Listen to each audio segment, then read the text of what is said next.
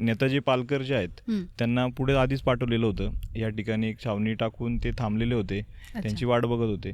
बाकी लोहगड, विसापूर किंवा तुंग तिकोनाचे किल्ले, कारतलक खानाची पुण्यात तयारी चालू होती. पावसाळा होता.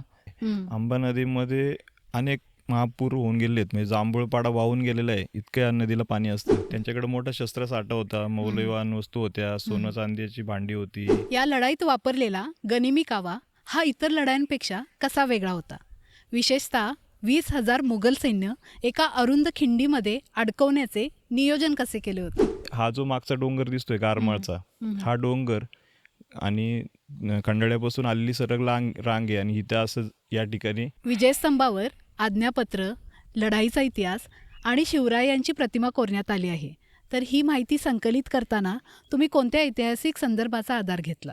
इतक्या वर्षामध्ये 1661 नंतर आत्ता इतक्या वर्षानंतरही काहीतरी तिथं खानाखुना असतील, काहीतरी कुणी बोर्ड लावला असेल, सरकारने दखल घेतली असेल, इतिहास संशोधकांनी केलं असेल असं वाटत होतं की कुणीतरी बोर्ड लावला असेल की आपण समजायचं तिथं उंबरखिंड आहे म्हणून. पण असं काहीच नव्हतं. कवींद्र परमानंद जे आहेत ते शिवाजी महाराजांच्या बरोबर या लढाईत होते. तर त्यांनी या लढाईचं आणि ह्याच लढाईबद्दल डिटेलमध्ये वर्णन करून ठेवलेलं आहे की शिवाजी महाराज कसे दिसत होते, शिवाजी महाराजांचा घोडा कसा दिसत होता, शिवाजी महाराजांनी काय घातलं होतं, त्यांनी धनुष्यबाण घेतला होता, त्यांच्या हातात भाला होता किंवा पाठीवर ढाल होती. कारतलक खानाच्या फौजेने मराठ्यांचा प्रतिकार कसा केला? पाहिजे तसा रिस्पॉन्स मिळत नव्हता, म्हणजे की पब्लिकला पटत नव्हतं किंवा लोकांना, सामान्य लोकांना पटत नव्हतं की कुठं इतिहासात त्याची उल्लेख नाहीये. लोकांना पावनखिंड माहिती होती, पण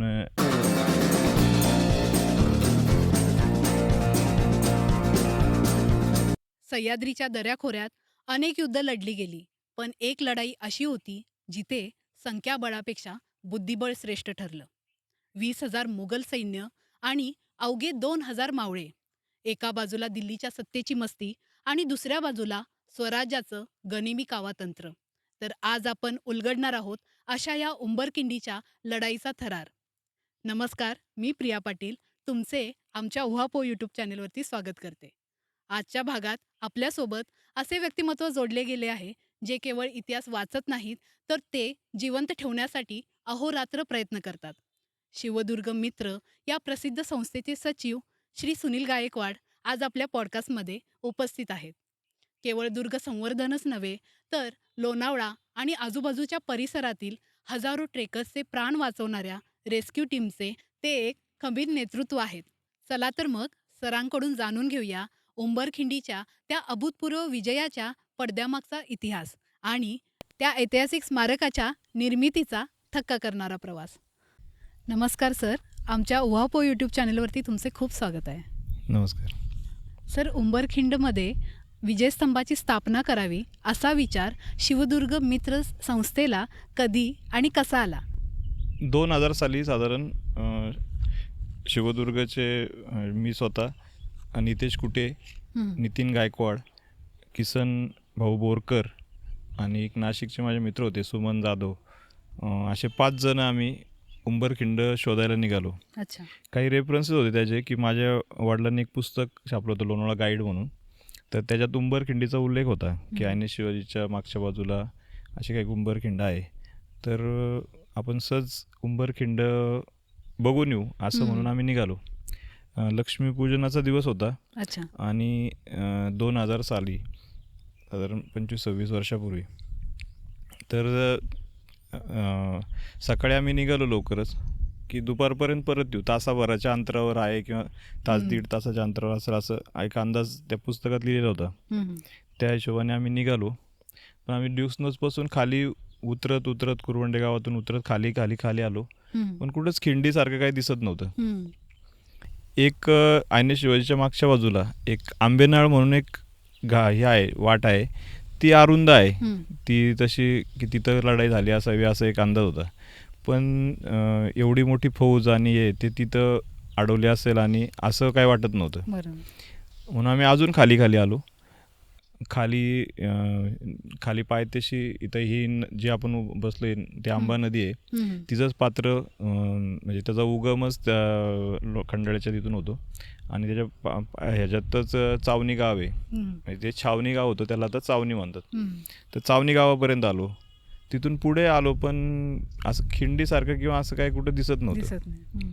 किंवा इतक्या वर्षामध्ये म्हणजे 1661 नंतर आत्ता इतक्या वर्षानंतरही काहीतरी तिथं खानाखुणा असतील, काहीतरी कुणी बोर्ड लावला असेल, सरकारने दखल घेतली असेल, इतिहास संशोधकांनी केलं असेल असं वाटत होतं की कुणीतरी बोर्ड लावला असेल की आपण समजायचं इथं उंबरखिंड आहे म्हणून.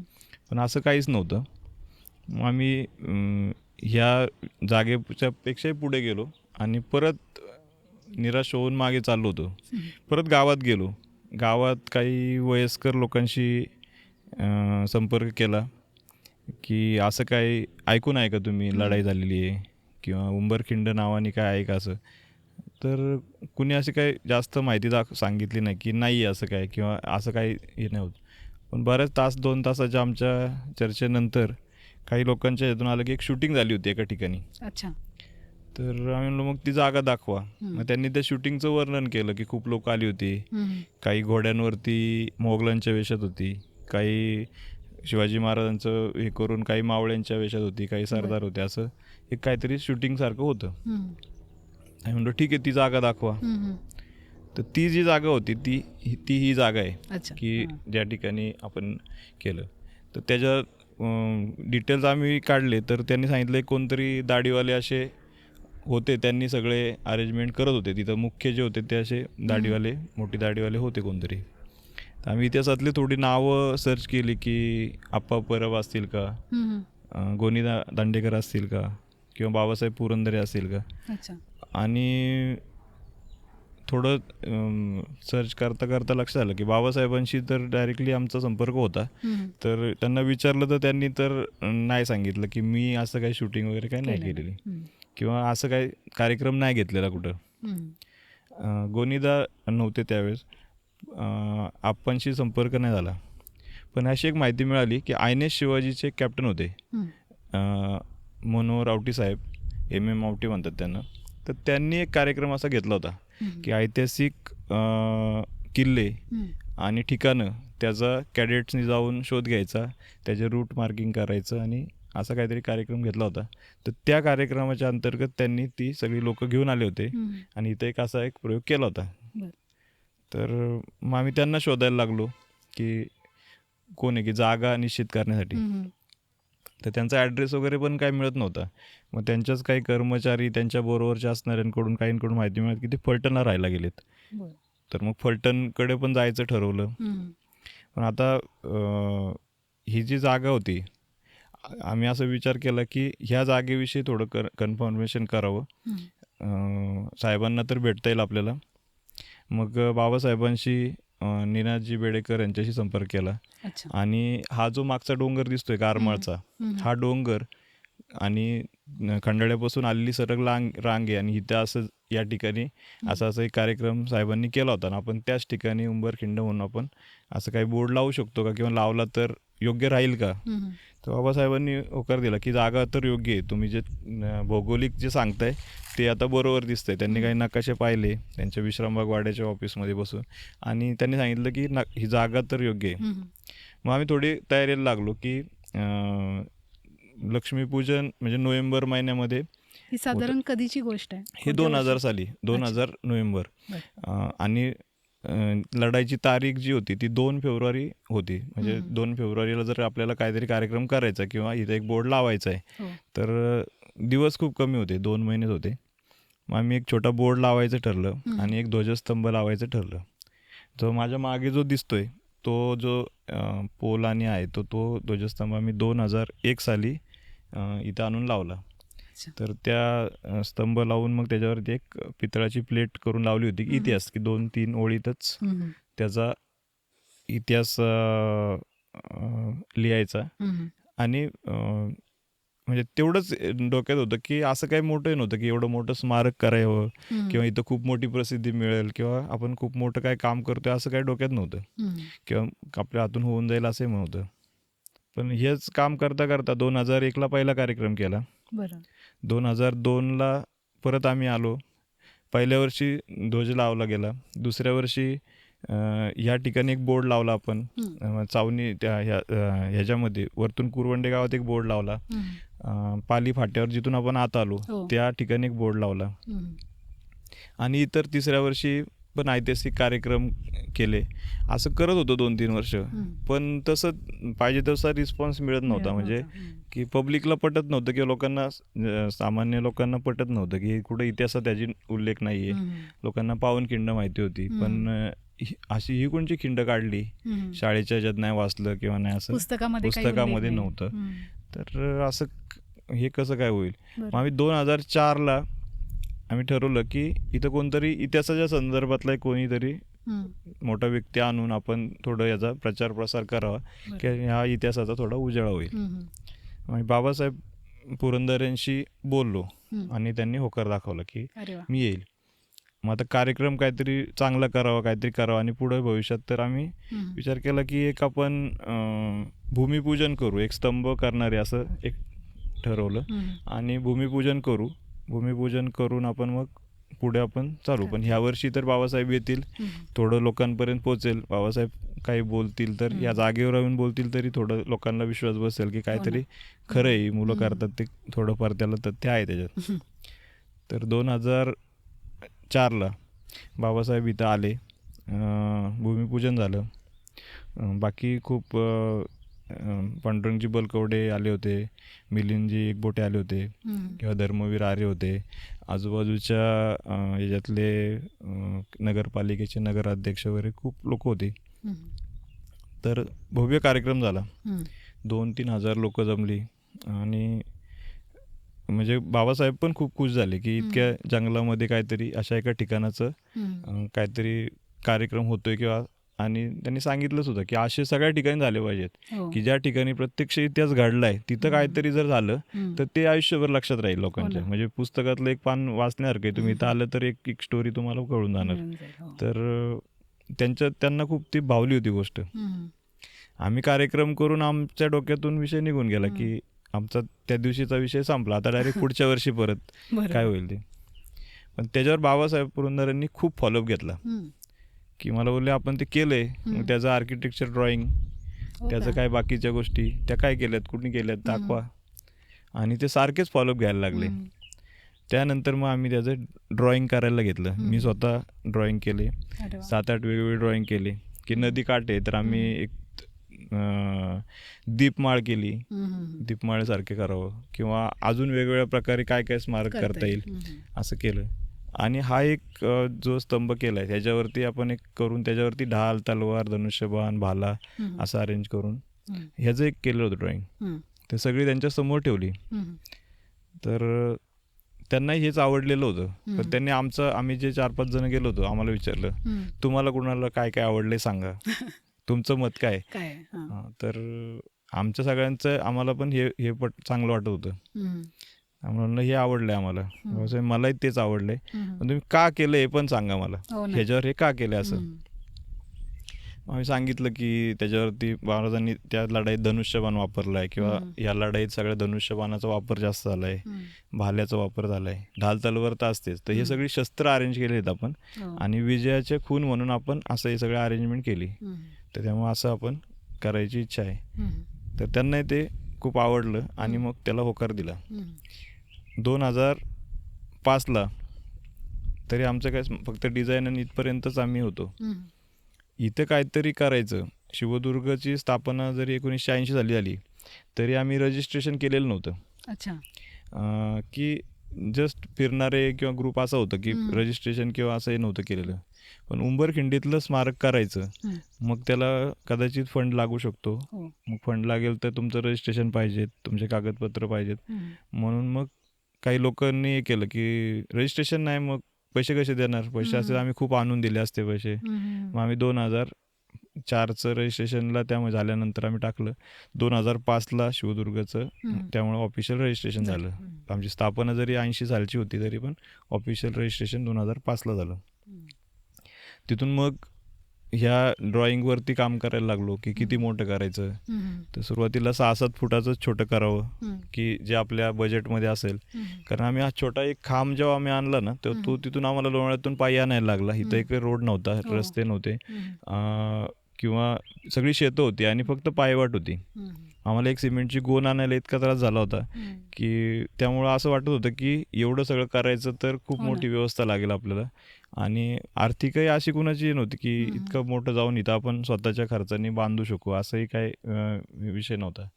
त्यामुळे आम्ही छोटं करायचा विचार केला की 7-8 फूट 10 फुटाचं असं काहीतरी स्मारक छोटं करू आपण.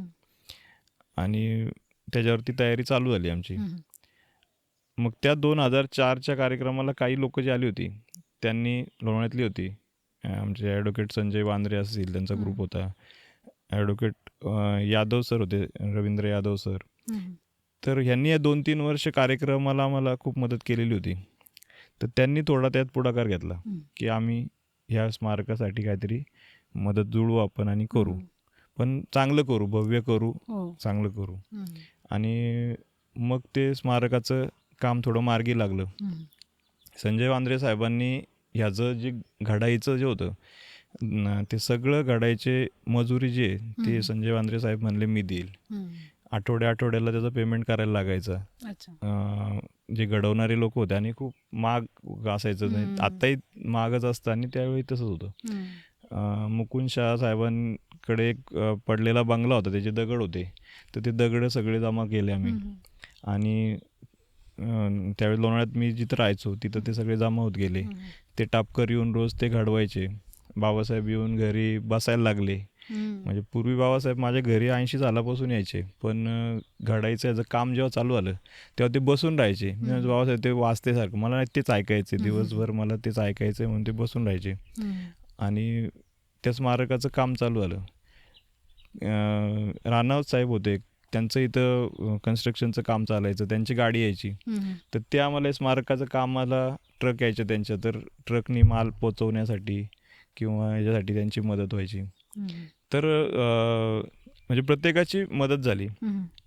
स्मारकाचं बाकीचंही काम आहे त्याच्यामध्ये, काही फायबरचं काम आहे, वरती ढाल तलवार बनवलेली आहे.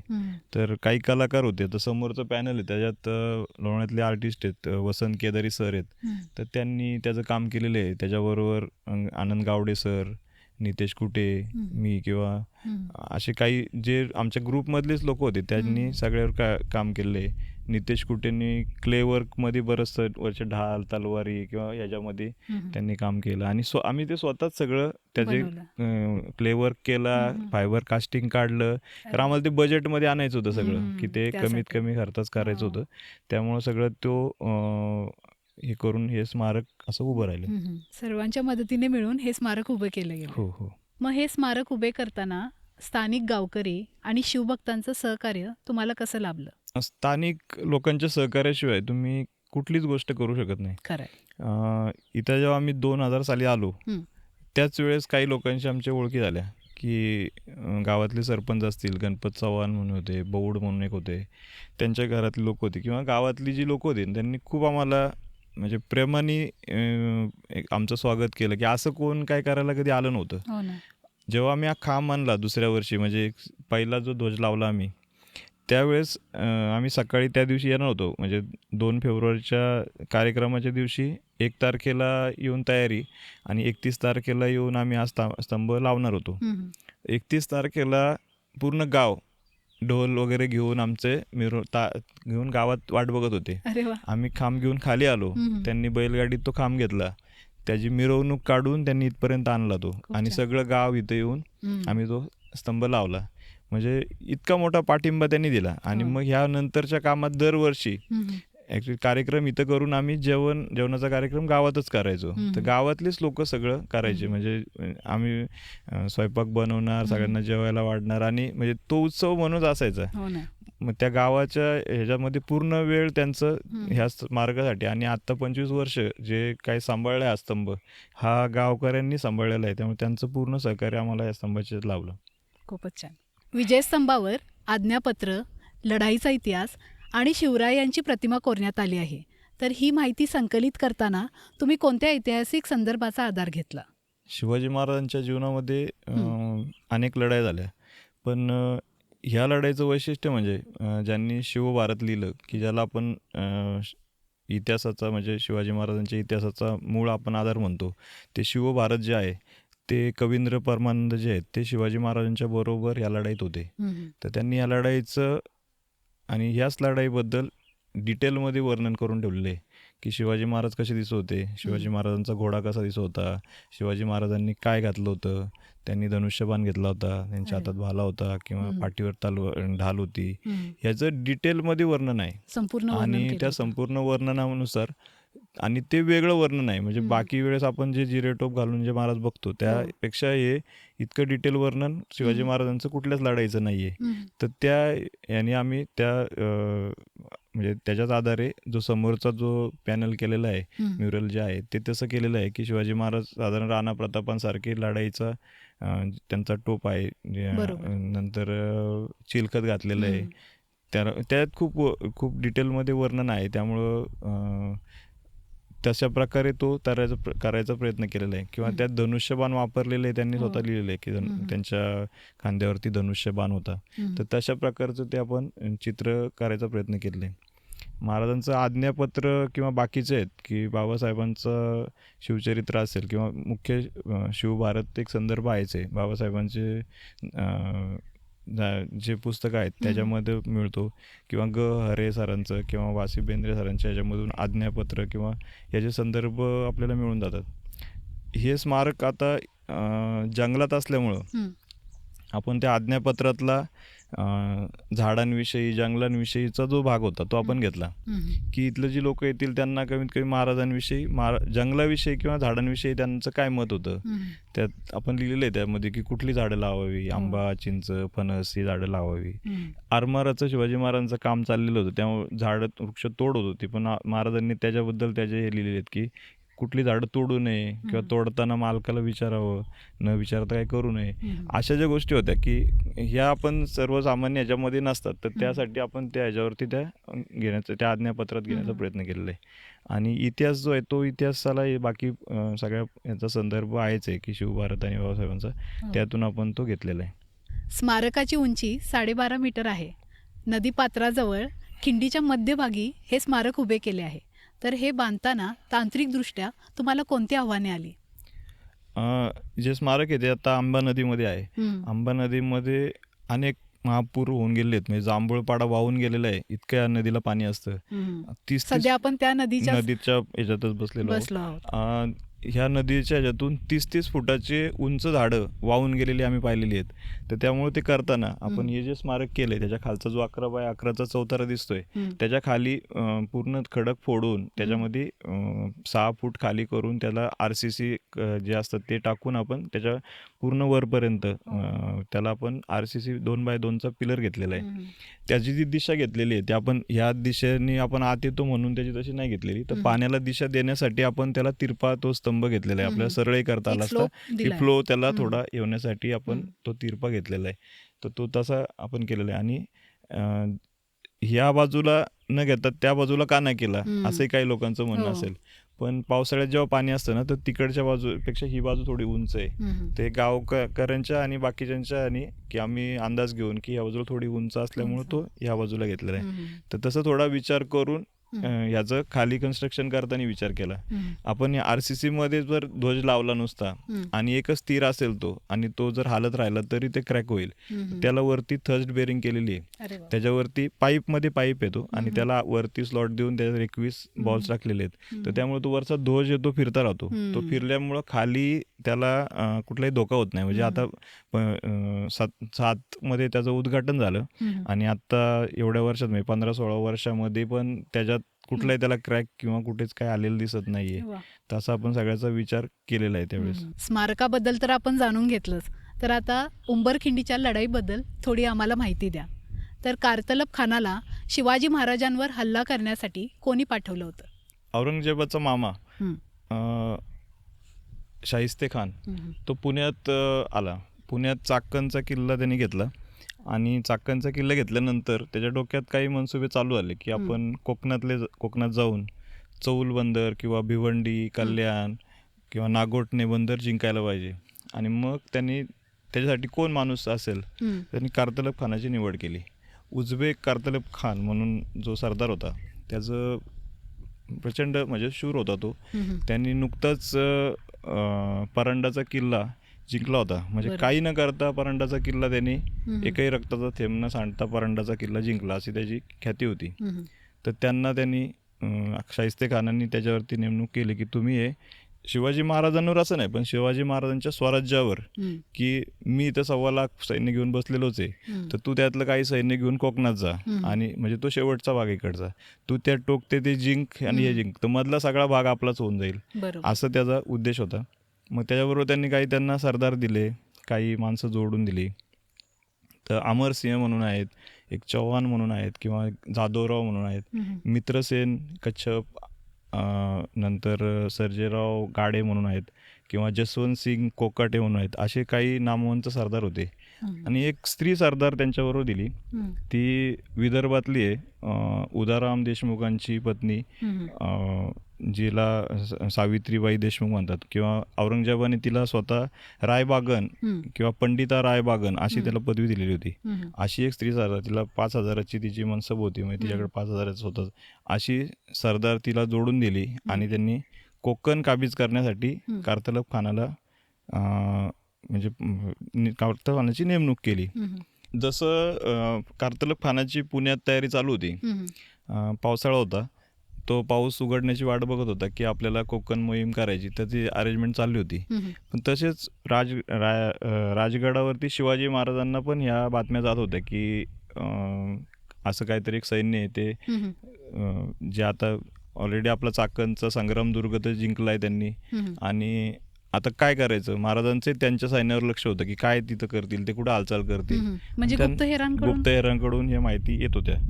आणि त्यातच ही बातमी पण कळाली की असं काहीतरी कोकण काबीज करायला ही फौज जाणार. तर ही फौज जाणार, तर ह्याला जे मार्ग होते पुण्यातून, तर एक बोर घाट होता, म्हणजे आपण जो रेग्युलर घाट येतो तो एक घाट आहे, किंवा हा एक घाट आहे, असे 2 मुख्य मार्ग होते. तर बहुतेक सगळ्यांचं हे असं होतं की ते बोर घाटातून उतरतील.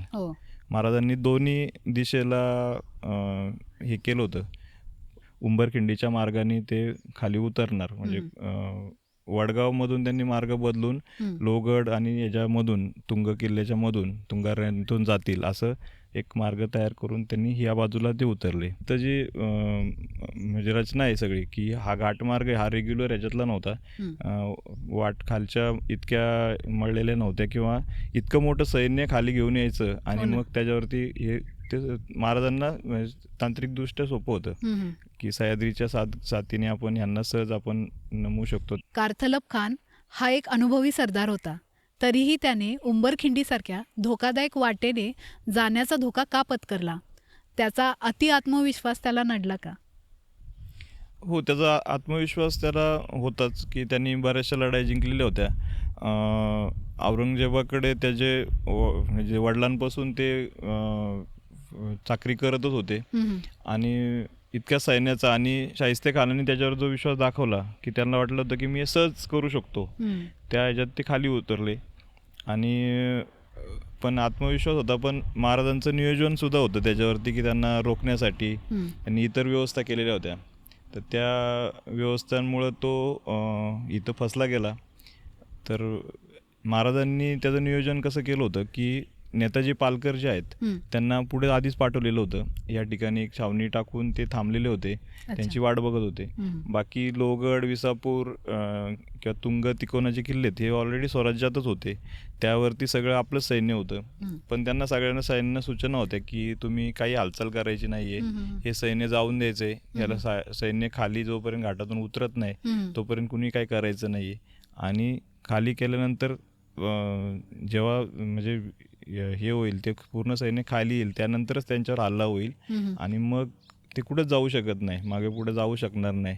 अशा ज्यात त्यांची कोंडी करायची, आणि कोंडी करून मग ते मात करणं सोपं होईल, असं महाराजांचं नियोजन होतं. या लढाईत वापरलेला गनिमी कावा हा इतर लढायांपेक्षा कसा वेगळा होता? विशेषतः 20,000 मुघल सैन्य एका अरुंद खिंडीमध्ये अडकवण्याचे नियोजन कसे केले होते? ही लढाई समोरासमोर करणं शक्य नव्हतं. हम्म. किंवा शिवाजी महाराजांच्या लढाई आपण पाहिल्या तर गनिमी काव्यानेच लढलेल्या आहेत बऱ्याचशा. बरोबर. गनिमी कावा म्हणजे तुम्ही लपून छपून हल्ले करणं, हम्म. त्यांना पाण्यापासून दूर ठेवणं, किंवा भौगोलिक परिस्थिती जी आहे आपली सह्याद्रीची जी रांग आहे त्याचा आपण जेवढा वापर करून हम्म. की आपल्या मावळ्यांची जी चिकाटी आहे त्याचा वापर होऊ शकतो. जे सैन्य आलं होतं, जे कार्तलक खानाचं सैन्य होतं, हम्म. ते सैन्य त्यांचा जो अनुभव होता की औरंगाबादपासून त्यांचं जे इथपर्यंत ज्यांचं पुण्यापर्यंत ते आले होते तर ते सगळे सपाटीला राहणारे होते, सपाटीवरती काम करू शकत होते. डोंगरदऱ्यांमध्ये ते तितकेसे तरबेज नव्हते किंवा त्यांना त्यांची दमछाक होणार होती. बरोबर. पुण्यापासून इथपर्यंत येताना 50-60 किलोमीटरची पायपीट होती त्यांची, किंवा सगळं सैन्य थकून जाणार होतं. हम्म. तर ह्या सगळ्याचा फायदा घेऊन हम्म. आणि नैसर्गिक झाडी झुडपं किंवा जे दऱ्याखोऱ्या आहेत ह्याचा उपयोग करून सैन्य सगळं त्यांनी झाडांमध्ये लपून ठेवलं. हम्म. धनुष्य बाणाचा जास्तीत जास्त वापर केला, भाल्यांचा वापर केला, हम्म. दगडगोट्यांचा वापर केला, काही ठिकाणून दगड मारले, दगड टाकले, हम्म. असं करून सैन्याला बेजार केलं. हम्म. आणि हा महिना जानेवारी होता त्यामुळे पाण्याचंही काही नियोजन नव्हतं, तिथं कुठं पाणी नाहीये. हम्म. तर पाण्याचं नसल्यामुळं तहानेनी भुकेनी सैन्य व्याकुळ झालं. हम्म. आणि हे अचानक अशा दुर्गम भागात आल्यामुळं त्यांना माघार घ्यावी लागली. हम्म. आणि शिवाजी महाराजांचं म्हणजे तोच नियोजनाचा भाग होता. कार्तलब खानाच्या फौजेने मराठ्यांचा प्रतिकार कसा केला? प्रतिकार जास्त झालाच नाही, कारण हल्ले जे होत होते ते मराठ्यांकडून होत होते. त्यांची माणसं मरत होती, अचानक बाण येत होते, अचानक बाण लागून माणसं मरत होती. ते बाण कुठून येतात हेच कळत नव्हतं. झाडी झुडपातून बाण येत होते, दगड पडत होते आणि पळून जायलाही कुठे चान्स मार्ग नव्हता. नव्हता. समोर नेताजी पालकरांची फौज होती. प्रत्यक्ष शिवाजी महाराज या लढाईमध्ये स्वतःची एक तुकडी घेऊन पाठीमागे उभे होते.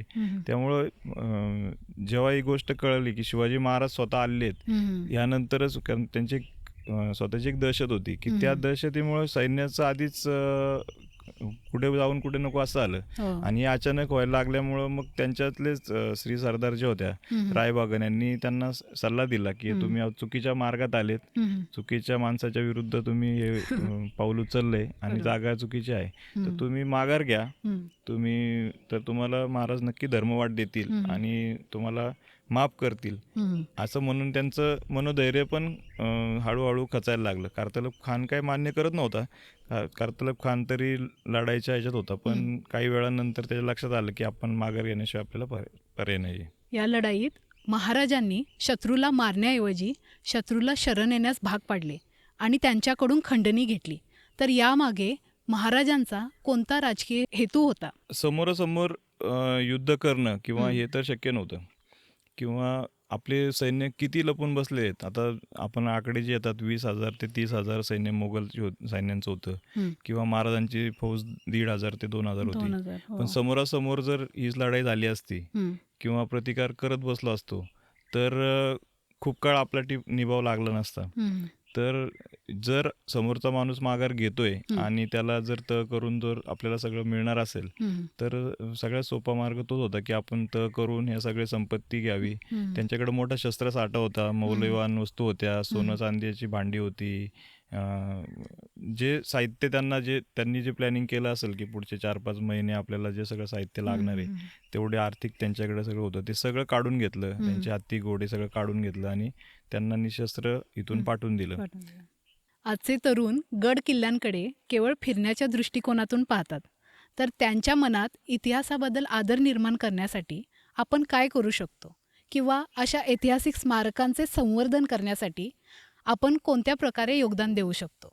ज्या ठिकाणी एखादा ऐतिहासिक प्रसंग घडलेला आहे त्याच ठिकाणी जर काय आपण स्मारक केलं किंवा काय बोर्ड लावला किंवा काय जर आपण तिथं केलं तर ते जास्त योग्य राहील, की त्यामुळं त्या भागातल्या त्या परिसरातल्या लोकांना त्याचा अभिमान वाटेल. जसं या ठिकाणी आता उमरखिंडी स्मारक झालं तर निश्चित त्या गावातल्या आजूबाजूच्या लोकांना वाटतं की आमच्या जवळची लोक कोणतरी या लढाईत हजर होती, या लढाईत शिवाजी महाराजांच्या खांद्याला खांद्या लावून लढलेली आहेत आणि ह्यामुळे या ठिकाणाचंही महत्त्व वाढेल आणि इतिहासही कायमस्वरूपी जिवंत राहील. हं. आता जसं आम्ही या ठिकाणी करतोय तसंच एक मराठा आणि इंग्रज युद्धाची लढाई आहे. हं. तर त्याचं खंडाळ्यामधून म्हणजे 31 डिसेंबर 1778ला ती लढाईचा दिवस आहे, तो खंडाळ्यातला आहे. तर एक दिवसाची नोंद सापडली तर आम्ही त्या ठिकाणी पण असं स्मारक बनवायचा आमचा विचार आहे. हं. 4 दिवसांनी तीच लढाई पुढे गेली, कार्ल्यात गेली. तर कार्ल्यात 4 दिवसाची नोंद सापडली तर 4 जानेवारी 1779चा तिथे एक स्तंभ बनवावा, तिथे एक हं. स्मारक बनवावं. असं जर केलं आपण तर हं. इतिहास हा तुम्हाला समोरच राहील तुमच्या. तुम्हाला पुस्तकं बघायची गरज नाही पडणार हो. किंवा इतकं सोयीस्कर होऊन जाईल आणि इतिहास आपण विसरू शकत नाही मग कधीच हो ना. आपला. तुमच्या या ऐतिहासिक स्मारकाच्या निर्मितीच्या कार्यास आणि ध्येयवेड्या मावळ्यांच्या जिद्दीस आमचा मानाचा मुजरा. धन्यवाद सर. न तर मंडळी, आज आपण उंबरखिंडीच्या त्या विजयाचा थरार शिवदुर्ग मित्र संस्थेच्या नजरेतून अनुभवला. 20,000 मुघलांना अडकवणारा तो गनिमी कावा आणि त्या विजयाची साक्ष देणारा आजचा विजयस्तंभ, यामागची मेहनत खरोखरच प्रेरणादायी आहे. इतिहासाची ही पाने केवळ पुस्तकात न वाचता ती प्रत्यक्ष अनुभवण्यासाठी उंबरखिंडीला नक्की भेट द्या. तुम्हाला आमचा आजचा प्रयत्न कसा वाटला हे आम्हाला कमेंट्समध्ये नक्की सांगा. व्हिडिओ आवडला असेल तर व्हिडिओला लाईक करा, शेअर करा आणि चॅनेलला सबस्क्राईब केले नसेल तर लगेच करा. पुन्हा भेटूया अशा एका नवीन विषयासोबत. तोपर्यंत पाहत रहा उहापो. धन्यवाद.